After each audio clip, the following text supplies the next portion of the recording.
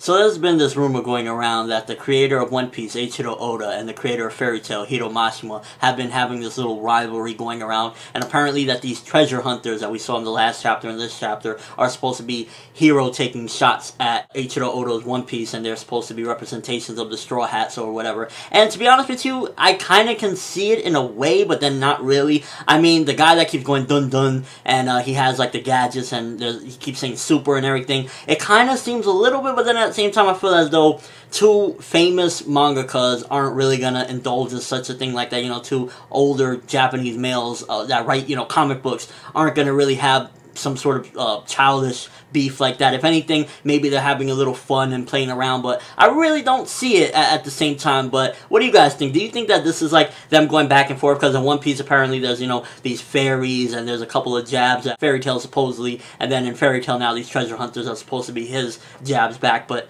I don't know. Now in this chapter we got more with the treasure hunters, and to be honest with you, I don't buy it that they're able to stand up to Natsu and them. To be honest, when I was reading it and I saw that they were like deflecting stuff and they were giving them a little bit of a run for their money, and Natsu said these guys are pretty good, it made me think like maybe they're good because of the weapons that they got. Maybe somebody gave them some sort of weapons, like, you know, the big arm that he used to stop Natsu's attack and the sniper shotgun or something. Maybe somebody gave them something to give them these powers to be able to keep up with Fairy Tail, because I don't really see them being all that strong. I don't know, they kind of come up a little bit too goofy for me, and it just seems like Natsu, the guy that just took care, you know, saved all of Fior, stopped Future Rogan's tracks and everything, is going to have trouble with these clowns. I don't know, I don't buy it. I think maybe somebody gave them some sort of power-up or gave them those weapons, and those weapons are what are allowing them to pretty much keep up with Fairy Tail. That's just my opinion, but if it is the weapons, then that makes more sense than them just keeping up with them, because we never even heard of these clowns until now, these treasure hunters. But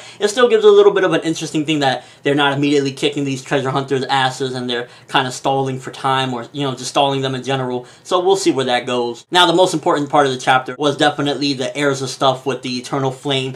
When she turns into a little kid at the end of the chapter, to be honest with you, I think that the Eternal Flame is, yes, indeed frozen there, but she just doesn't really notice it, and pretty much I think that the Eternal Flame is so strong that even frozen, it's letting off some of maybe its power or something, and that's why she turns into a little kid. I think that the Eternal Flame is probably some sort of immortal flame that'll turn anyone immortal, and it's so damn strong that even frozen, it still uses its powers to turn her into a little kid, or, you know, just its aura is pretty much so strong that it turned her into a little kid. That's kind of my prediction on the whole thing, but I definitely say that it has something to do with the Eternal Flame, regardless of what, whether it be that just area in general is the Eternal Flame or something, because for her to turn into a kid in the middle of looking for this eternal flame, it makes me think, yeah, it definitely has something to do with that. I'm not exactly sure what, but I think that is definitely like some sort of fountain of youth, so to speak. And it was just a real nice little mystery cliffhanger to end off with Erza turning into a little kid. I don't want the rest of the members to get like turned into little kids, because then I feel as though it's a little bit cheesy, like, oh, you know, the Chibi arc, you know, where they all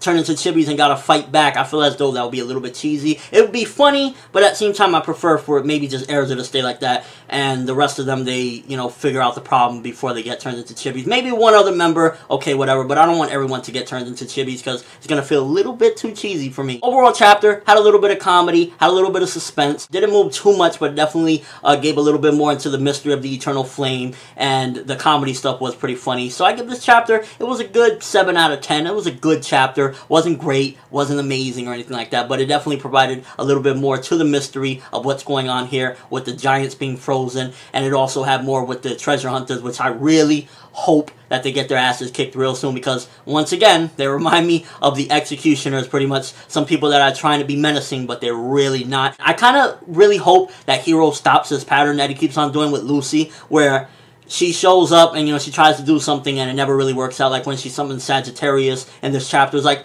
come on, dude, you cheated her out of the Grand Magic Games. She lost to Flair out of being cheated. She got her ass kicked against Minerva. Can she get some redemption? I'm just saying, come on, like, really, Lucy needs to stop being Fairy Tail's loser and get what she deserves and actually win a couple. Come on. Let me know what you think, though. First of all, the Eternal Flame, is it some sort of fountain of youth that you think maybe it's like frozen around there, and that's what made Erza turn into a little kid? Is it just like in the air, in the atmosphere on that particular point, or is it nearby and Erza hasn't seen it yet, and that's the effects? Or do you think it's something completely entirely entirely different regarding why she turned into a kid. Maybe someone did it to her. Maybe it's Minerva that did it to her. And overall, what are your thoughts on that whole rivalry between Hiro Mashima from Fairy Tail and Eiichiro Oda from One Piece? If you're a fan of both, do you see any resemblance to what people are saying, these rumors that they're taking shots at each other, or you think maybe it's just playful at the end of the day, or it's just people reading too much into it? But that's all I have for this review. Thanks for watching. Hope you enjoyed. Thumbs up for seeing those treasure hunters get their asses kicked and seeing what the hell is going on with Erza, because it's freaking weird that she turns into a little chibi at the end of the chapter out of nowhere. It's like,